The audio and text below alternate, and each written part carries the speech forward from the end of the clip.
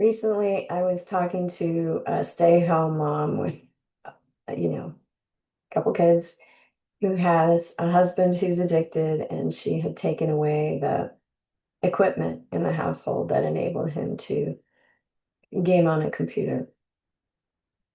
And he was doing what many, many addicts do when people are trying to remove access in their lives. He was on his phone right in front of her, um, gaming anyway, looking for a fight.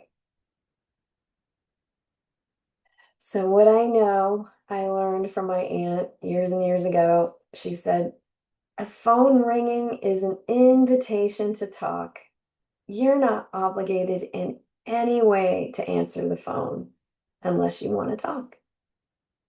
And when someone is picking a fight because they're angry and they're agitated and they're dysregulated, that's an invitation to get into it with them. That's an invitation to get into a fight. And you don't have to do that. That is not required at all. You can just walk away. In fact, that's one of the smartest things you can do. And just let them deal with the situation they've created.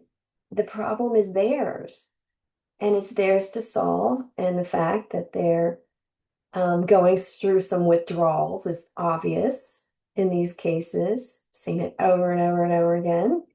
And they got themselves into that uncomfortable position, and there's nothing you can do to fix it. It has to be endured, and they have to learn to make better choices. And you jumping on the bandwagon of pain isn't going to improve the situation. In fact, it will distract the individual and help them to place blame on you. And you don't want to do that. You don't want to be involved in that kind of tap dance. So March 12th, this is about alcoholism. And again, there's some interesting similarities, but they aren't the same. But I'm still going to read this from the perspective of alcohol addiction. Just know that there's some real mood issues that go on with the gaming addict. A lot of times they're euphoric when they're winning or whatever, and then, but when they're going through withdrawals, there's a lot of rage and anger. And they can, as you go further and further into this addiction, you can become completely delusional. Um, whereas the teeter-totter in alcohol addiction is a daily, are they drunk? Are they, um, you know, going through withdrawals? Are they somewhat sober? It's more of like the wave, like a riding a wave on the ocean.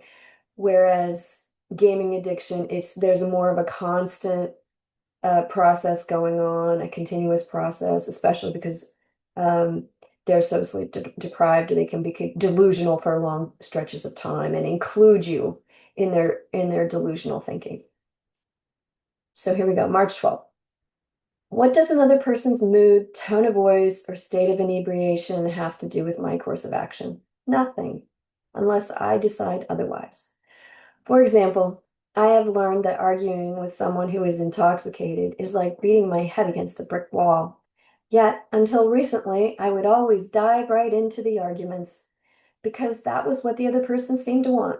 In Al-Anon, I discovered that I don't have to react just because I have been provoked, and I don't have to take harsh words to heart. I can remember that they are coming from someone who may be in pain and try to show a little compassion. I certainly don't have to allow them to provoke me into doing anything I don't want to do.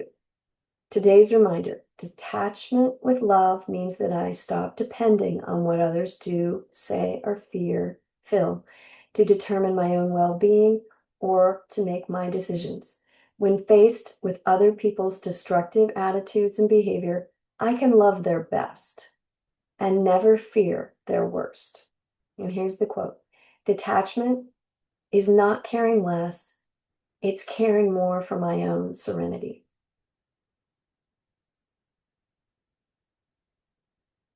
I hope this passage sinks in for those of you who like to argue. I know you're out there. You got to learn to stop it. It's not a game. And for those of you that don't like to argue, yeah, the path to peace. Get on it, stay on it. Find someone to help you stay on it. Blessings.